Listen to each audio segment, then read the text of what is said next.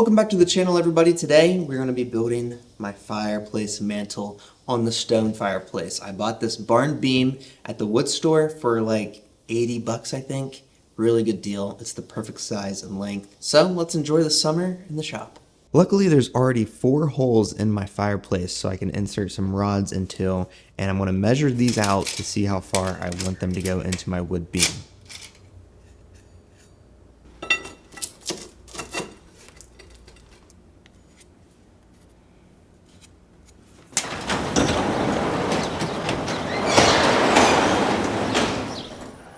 Back in the shop, it is hot in here, but we have our marks on our rod. This is a 5/8 rod, by the way, and I had to go get a metal blade for my saw to make this work.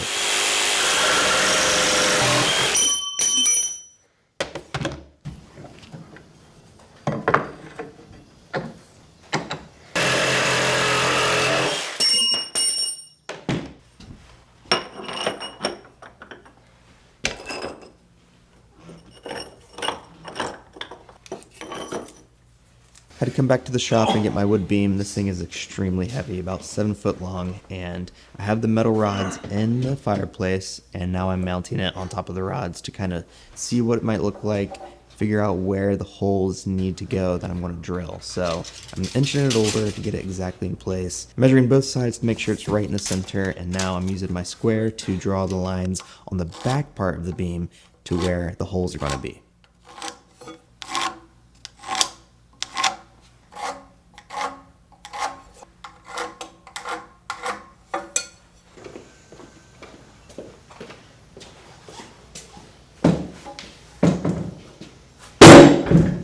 Now, I'm worried about the levelness of this beam, about drilling the holes and make sure they're all straight. Surprisingly, this surface was extremely level, and I just decided to go for it. I measured the middle of each of my lines. Now, the beam was 3 3/4 inches wide across the entire beam, so that made finding my marks really easy.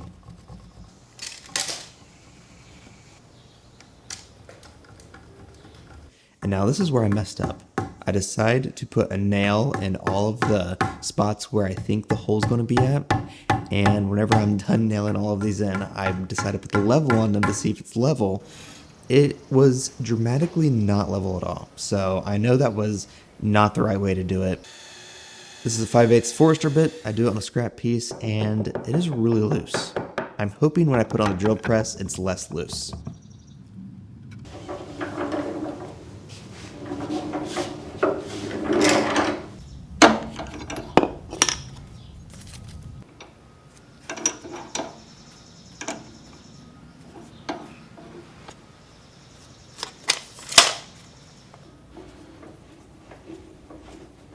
Now this is a really large piece of wood to be putting on my drill press.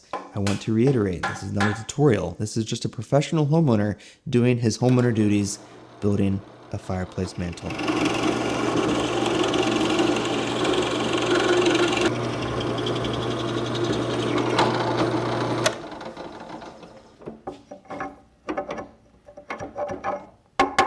I'm having trouble getting to the end of this beam. I had a roller on one side, but it was just too heavy for the roller. It kept falling. So I decided to stack some spare wood here from my cabinets over, and I'm using the hammer to make minute adjustments to get that hole perfectly where I want it.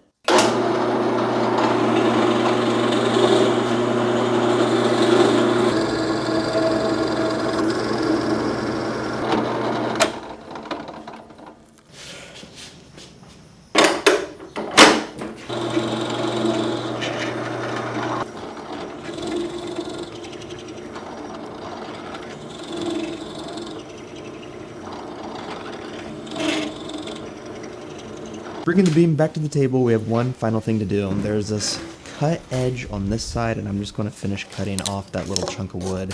This wood was so hard, my saw almost could not go through it. I don't know what type of wood this is, but it being old and dried, it's definitely hardened.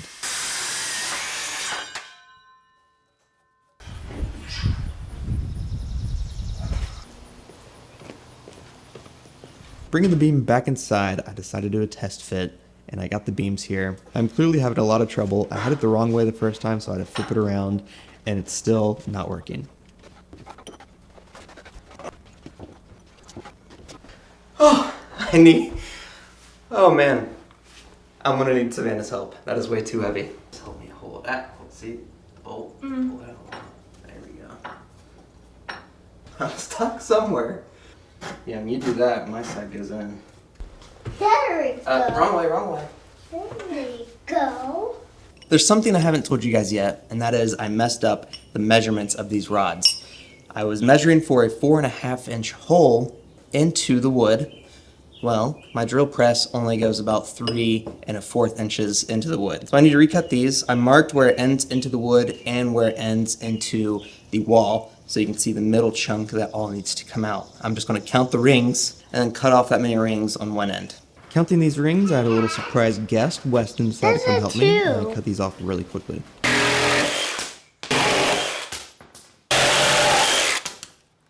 Back inside, Savannah's helping me hang this up, and we're still having so much trouble. So I noticed the third rod was causing me issues. I take it out, and it slid right in. In here, I thought I had something important to say, but I didn't turn on my mic, so I have no idea what I said. The beam is now hung. It is a little loose. I added some nails at the bottom of the holes to kind of tighten it up to make it not wobble like this anymore. Now there's a secret about this beam I've been keeping from you this entire time. This little nut holds a secret compartment. I mean, you can't find another beam that is quite like this. I love that. What would you hide in here? Now that the barn beam is done, we have one other thing to film. This little cubby to the left is a spot for the wood. If this was a wood fireplace, I have a pellet, but I want the wood there for the decor. So this is a great excuse to bust out my axe. I have several to choose from. Here's a good one. Handle is chipped right here, but that's okay. I've never had a problem with it. It cuts really well, and it just fits nicely in my hand. Next one, the handle is not chipped.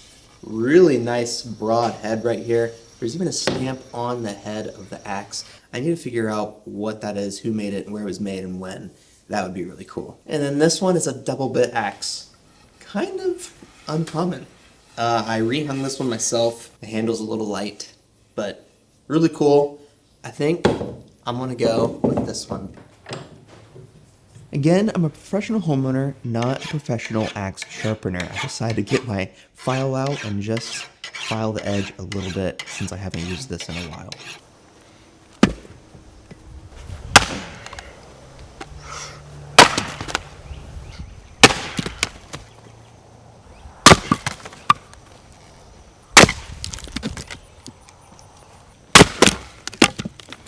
I'm changing my mind. I have less ready to chop wood than I thought. That's going to be like good and not rotted.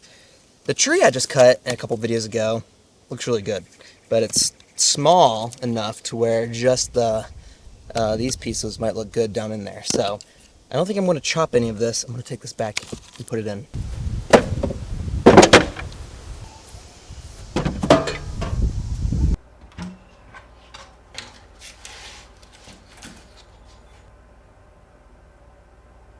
Guys, it is extremely hot today. 90 degrees. I'm sweating, if you cannot tell.